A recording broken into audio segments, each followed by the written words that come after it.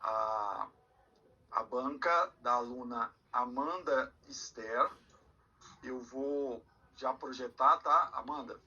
A palavra está com você, você tem até 15 minutos. Eu vou colocar aqui na tela a sua apresentação. Boa noite a todos, boa noite ao meu orientador, professor Mauro, a minha professora Jaqueline, coordenadora, e a todos que me assistem.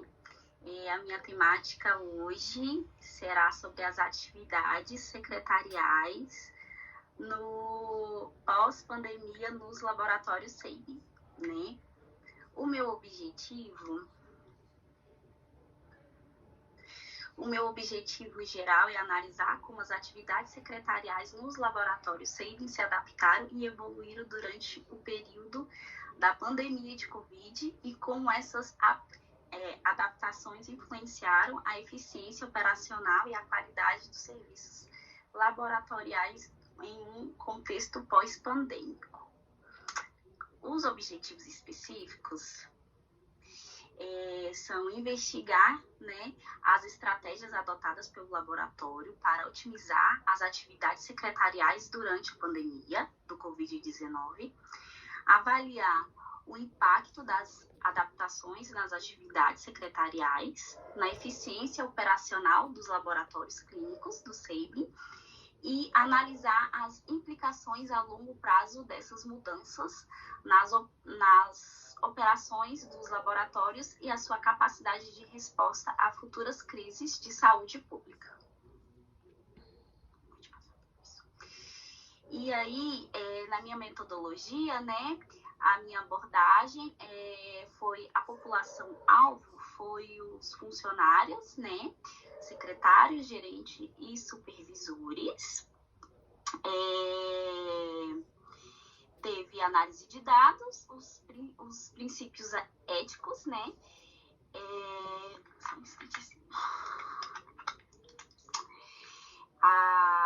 o consentimento informado, confidencialidade dos dados e conformidade com regulamento éticos, limitações de estudo, né? Possíveis viés de documentos analisados e generalização limitada para outros institutos da saúde laboratorial e no cronograma de pesquisa.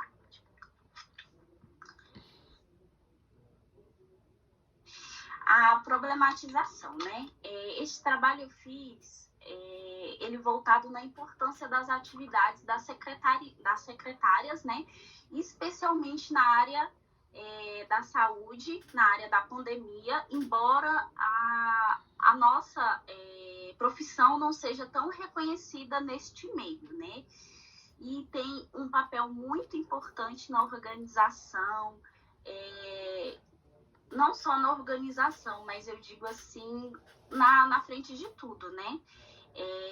A gente sabe um pouquinho de tudo, então é sempre bom, sempre ter uma secretária em cada local, principalmente na área da saúde, na área da pandemia, como foi na pandemia.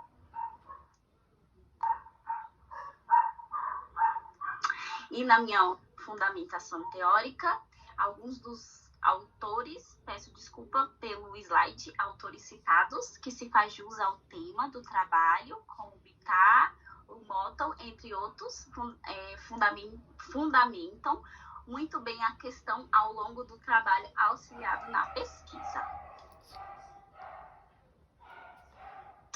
Aí um cronograma, né, do fluxo de trabalho pré-pandemia, como era, e embaixo o impacto da pandemia por Covid, né? Que ele... O impacto foi social, só um instante que eu não estou conseguindo ver direito. Social, econômico e político.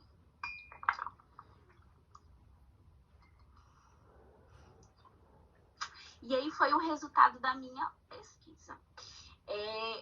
a sobrecarga de trabalho. Antes tinha, né, a maioria dos colaboradores dentro do laboratório, a maioria era 44/1.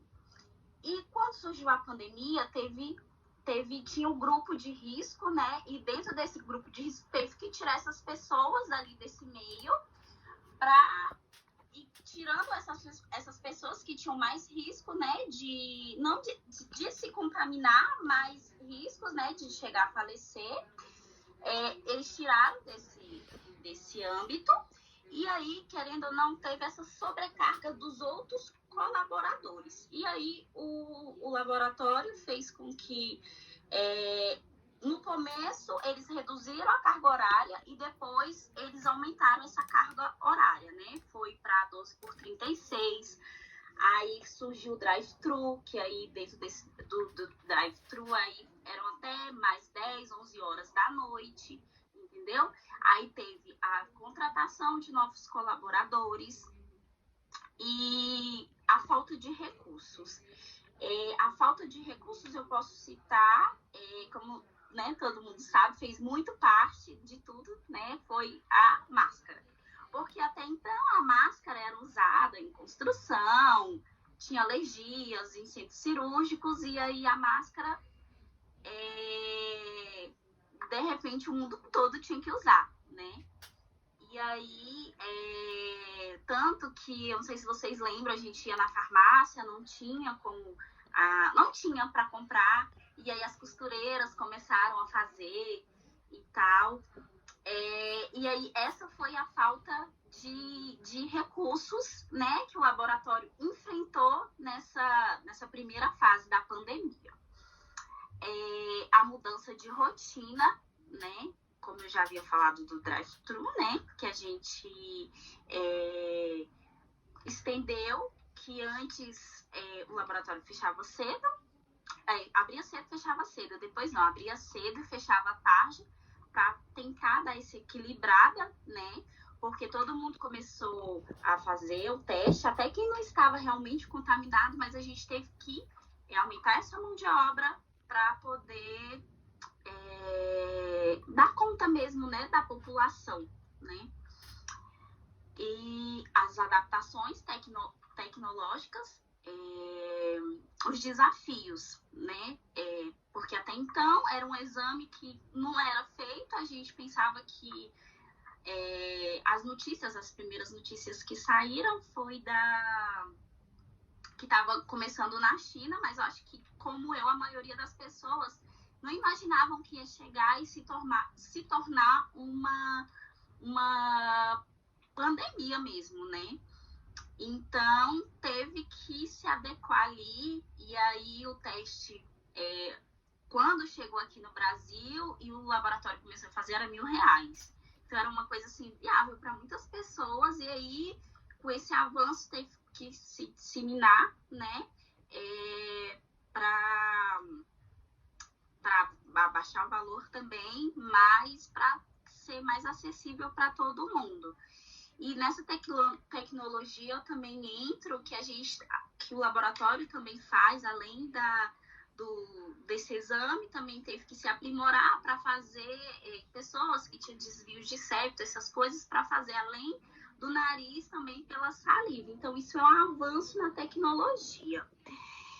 E as condições de trabalho, né? Teve que garantir, antes, como eu posso falar, era normal, aí teve que colocar as placas de acrílico, álcool em gel, tudo para poder não só proteger o colaborador de quem chega, mas também os pacientes, né? Porque, querendo ou não, o fluxo do laboratório é muito grande. Aí é um gráfico que mostra, né, como a curva subiu absurdamente. O impacto da atividade secretarial foi enorme, até para poder organizar isso tudo. Como, né, eu já havia falado, as dificuldades, né, dos funcionários, até esse desafio, né, com tudo, porque era um medo de todo mundo, de quem atendia, de quem chegava, né? Então, foi um desafio e teve, reflete essas mudanças operacionais, né, na crise, né, como eu já citei, que teve que fazer um drive-thru porque tinha muita demanda mesmo. Sobrecarga de trabalho, falta de recursos, a mudança de rotina, né? A comunicação, tanto interna quanto externa, e isso encadeou o estresse e a ansiedade, né? Nos colaboradores e também quem vinha, os pacientes, porque, querendo ou não, a gente vivia normal e de repente a gente tinha que ficar isolado, né? Eu falo como um todo. As pessoas que estavam no grupo de risco não podia ver um avô, um pai, uma mãe. Então, isso desencadeou, né? O estresse, a ansiedade. E quem pegou ficar isolado, isso também desencadeou.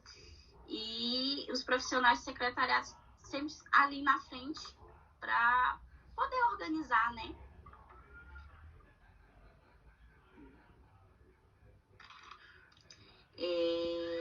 Os desafios estratégias, desafios alinhados com estudos anteriores e a necessidade de estratégias, né? Alocação eficaz de recursos e cuidados com os funcionários, como eu já havia dito, né?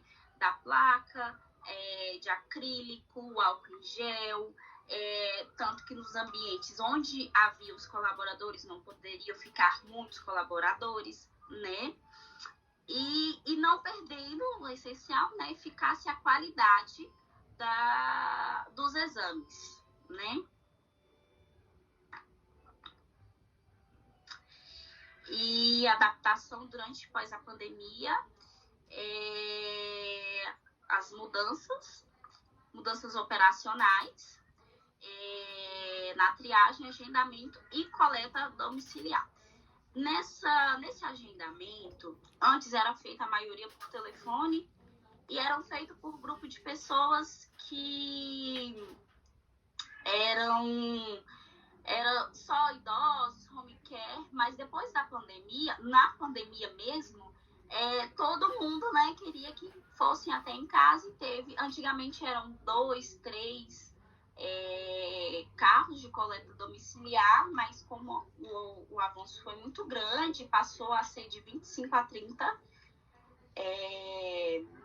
carros de coleta domiciliar para poder, né, dar conta de todo mundo. Aquisições de novas habilidades. O treinamento contínuo para enfrentar as demandas, né? Tem que ter treinamento mesmo, até para poder manter como é que eu vou falar? Manter um equilíbrio. Os impactos das adaptações. A permanência das adaptações pós-pandemia, né? A quantidade de segurança e eficácia e o impacto mensurável. Eficácia operacional aumentou pela quantidade de pessoas que começaram a fazer os exames, né? E a satisfação do cliente, a qualidade mantidas e aprimoradas, né? Quem já fazia exame antes quis continuar fazendo pela qualidade e a eficácia do laboratório. Ele devia respeitar nós, né? Na época. Me respeito tinha. E as minhas considerações finais, né? Os desafios destacados nas pesquisas, o impacto na eficiência operacional e qualidade dos serviços, a ênfase no bem-estar dos funcionários, implicações cruciais e estratégias recomendadas, o reconhecimento de limitações e recomendações futuras e contribuições valiosas e chamados para ação. E a esperança para o futuro, né? a contribuição para a melhoria das práticas operacionais em crises e estímulos para pesquisas sobre esse tema crítico, né? Que é caso tenha uma,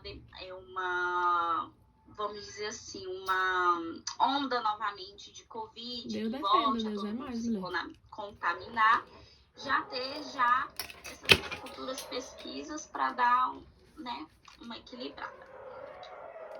Já ganhou. E essas são as minhas referências. E muito obrigada. Muito obrigada ao meu professor, o professor, meu orientador, que me ajudou muito a escolher esse tema, que para mim foi muito difícil, porque eu fiquei 3 anos tentando terminar esse trabalho. A professora Jaqueline, maravilhosa, sabe? Muito obrigada a todo mundo que está assistindo, muito obrigada mesmo às minhas amigas que estão assistindo, a quem me apoiou, meu marido, que ele me incentivou assim muito para poder terminar e fazer.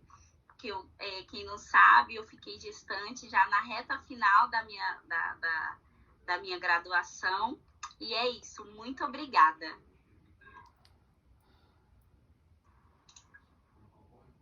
Obrigado, Amanda. Obrigado. Eu já vou passar a palavra para a professora Jaqueline fazer suas considerações.